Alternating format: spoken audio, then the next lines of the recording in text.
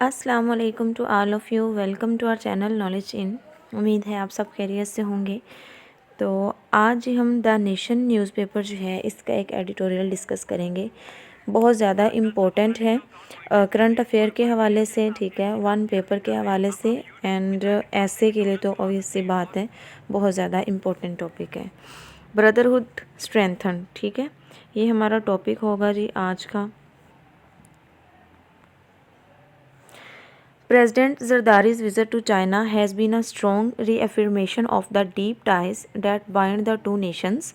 Throughout the trip, the announcements of agreements, political commitments, and official statements from both sides have reinforced a relationship that has remained steadfast for decades. Pakistan has reiterated its support for China's regional sovereignty, firmly backing the One China policy and opposing Taiwanese independence, while also recognizing China's authority over Xinjiang, the South China Sea and Hong Kong। ठीक है, तो इसमें जी president Zardari जो हैं उन्होंने visit किया है China का, जो कि एक ज़बरदस्त इनिशिएटिव है। इनिशिएटिव तो नहीं कह सकते, पहले से भी हमारे अच्छे ही ताल्लुकात हैं चाइना के साथ। आप कह सकते हैं कि सदर ज़रदारी का जो चीन का भी दौरा हुआ है ना, वो दोनों ममालिक के ताल्लुकात को मज़ीद डीप करने के लिए बहुत अच्छा साबित हुआ है। ठीक है, अब इस दौरे के दौरान हुआ क्या था कि दोनों कंट्रीज़ ने क्या किया था, अनाउंसमेंट की थी अपने एग्रीमेंट्स की। ठीक है, इसके अलावा बहुत सारी पॉलिटिकल कमिटमेंट्स हुई और दोनों ममालिक ने क्या किया जी, इन ताल्लुकात को मज़ीद स्टेबल करने के लिए जो भी प्रॉमिसेस वगैरह थे वो किए। ठीक है, क्योंकि हमारा चीन के साथ बरसों पुराना ताल्लुक़ है और चीन जो है वो हमारा बहुत अच्छा दोस्त भी है, हमसाया मुल्क भी है। फिर है जी पाकिस्तान।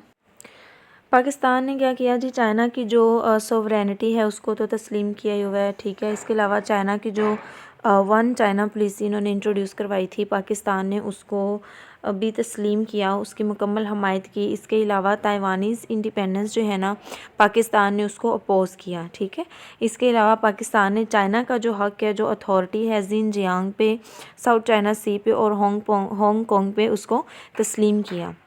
तो अभी तक इस पैराग्राफ में हमने यही देखा कि बहुत अच्छा जो एक रिलेशनशिप है वो है पाक चाइना का। और अभी जो दौरा चीन हुआ है सदर का, उसमें ये सारी चीज़ें जो हैं वो आपके सामने हैं कि पाकिस्तान ने सॉवरेनिटी को तस्लीम किया है, अपोज़ की है चाइना की इंडिपेंडेंस, चाइना की जो पॉलिसी है वन चाइना पॉलिसी उसको रिकॉग्नाइज़ किया है और चाइना की जो अथॉरिटी है ज़िनजियांग, साउथ चाइना सी और हांगकांग पे उसको तस्लीम किया। अब ये सपोर्ट जो थी ये पाकिस्तान की तरफ से थी, जो चाइना को प्रोवाइड की पाकिस्तान ने, उसके सॉवरेनिटी को रिकॉग्नाइज़ किया। अब चाइना जो है, चाइना की तरफ से क्या थे जी, China has reaffirmed its support for Pakistan's stance on Kashmir, calling for a resolution of the dispute in accordance with UN resolutions and international law. तो चीन ने भी क्या किया है कि कश्मीर के मामले पर पाकिस्तान के मौक़िफ़ की फुल हमायत की है। ठीक है, चीन ने, और चीन ने ज़ोर दिया है कि जी एक रेजोल्यूशन जो है वो बुलाई जाए अकॉर्डेंस विद UN रेजोल्यूशंस, ठीक है, और इंटरनेशनल लॉ के अकॉर्डिंग जो है इस डिस्प्यूट को सॉल्व किया जाए। अभी आई थिंक कल वाले एडिटोरियल में हमने कश्मीर इशू जो था उसको डिस्कस किया था, तो उसमें भी आप ये जो करंट आप कह सकते हैं एक स्टेप लिया है चाइना और पाकिस्तान ने, आप उसमें ये लिख सकते हो। Both nations have also jointly urged the Afghan government to prevent its territory from being used as haven for terrorist who threaten regional stability. यानी ये कहा जाता है कि अफ़गानिस्तान जो है ना वो एक सेफ़ हेवन प्रोवाइड करता है, शेल्टर प्रोवाइड करता है टेररिस्ट को। ठीक है, तो चाइना और पाकिस्तान दोनों कंट्रीज़ ने इस बात पे ज़ोर दिया है कि अफ़गानिस्तान की जो गवर्नमेंट है उसे अपनी जो टेरिटरी है ना उससे प्रिवेंट करना चाहिए कि वो टेररिस्ट जो हैं वो यूज़ ना करें। ठीक है, अपनी स्टेबिलिटी जो है उसको कोई भी ख़तरा ना हो देखे, हो थ्रेटन रीजनल स्टेबिलिटी, यानी क्योंकि टेररिस्ट जो है अगर वो अफ़गानिस्तान के बॉर्डर को यूज़ करते हैं, वहाँ पे वो अगर पनाह गुज़ीन हैं, तो उसका जो है हमारी रीजनल स्टेबिलिटी पे बहुत बुरा इम्पैक्ट पड़ता है। Additionally they stood united in condemning the Israeli genocide in Gaza and called on the international community to pursue peace and prosperity। ठीक है, तो इसके अलावा पाकिस्तान और चाइना ने गज़ा में जो भी इसराइली नस्ल कशी हो रही है, ठीक है, इसराइली जेनोसाइड्स जो हो रही है उसकी शदीद मजम्मत की है दोनों कंट्रीज़ ने। और इन्होंने क्या किया जी, जो इंटरनेशनल कम्युनिटी है ना उससे मतलब मुतालबा किया है कि पीस प्रॉस्पेरिटी जो है उसको मेंटेन किया जाए गज़ा में। Beyond diplomacy, the visit has open doors to further cooperation in technology, education, infrastructure and cultural exchanges, marking the beginning of a new phase in Pakistan-China relations. Both countries are now looking to deepen their ties and strengthen their strategic alliance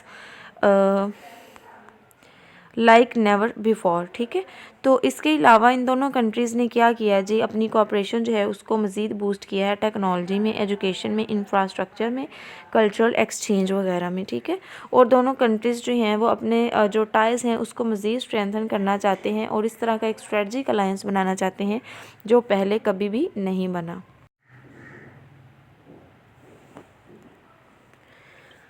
अब कुछ challenges हैं जो इन दोनों countries को face करने पड़ सकते हैं या पड़ रहे हैं। ठीक है, तो वो हम देख लेते हैं।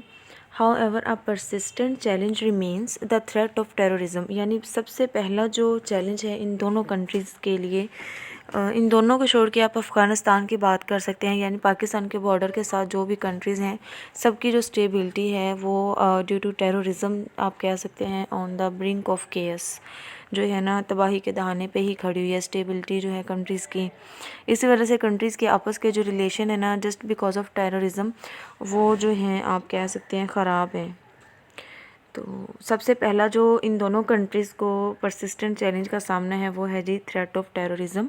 Security lapses in Pakistan have allowed terrorist to target Chinese nationals in a deliberate attempt to weaken the partnership between the two nations. ठीक है, अब इसमें दहशतगर्दी का जो ख़तरा पाकिस्तान में जो भी सिक्योरिटी की खामियां हैं, ठीक है, लूप होल्स हैं सिक्योरिटी में, उस वजह से क्या हुआ है कि जो दहशतगर्द है ना उन्होंने चीनी शहरियों को निशाना बनाया है। ठीक है, यानी जैसे लास्ट टाइम बलूचिस्तान में जो ग्वादर पोर्ट है वहाँ पे जो इनको निशाना बनाया गया था, वहाँ पे जो वर्कर्स काम कर रहे हैं सी पैक प्रोजेक्ट पे, तो वो इस वजह से किया जा रहा है कि इन दोनों कंट्रीज़ के जो रिलेशन है वो बहुत अच्छे हैं, ताकि इन दोनों कंट्रीज़ के रिलेशन जो है ना उनको वीक किया जा सके। ठीक है,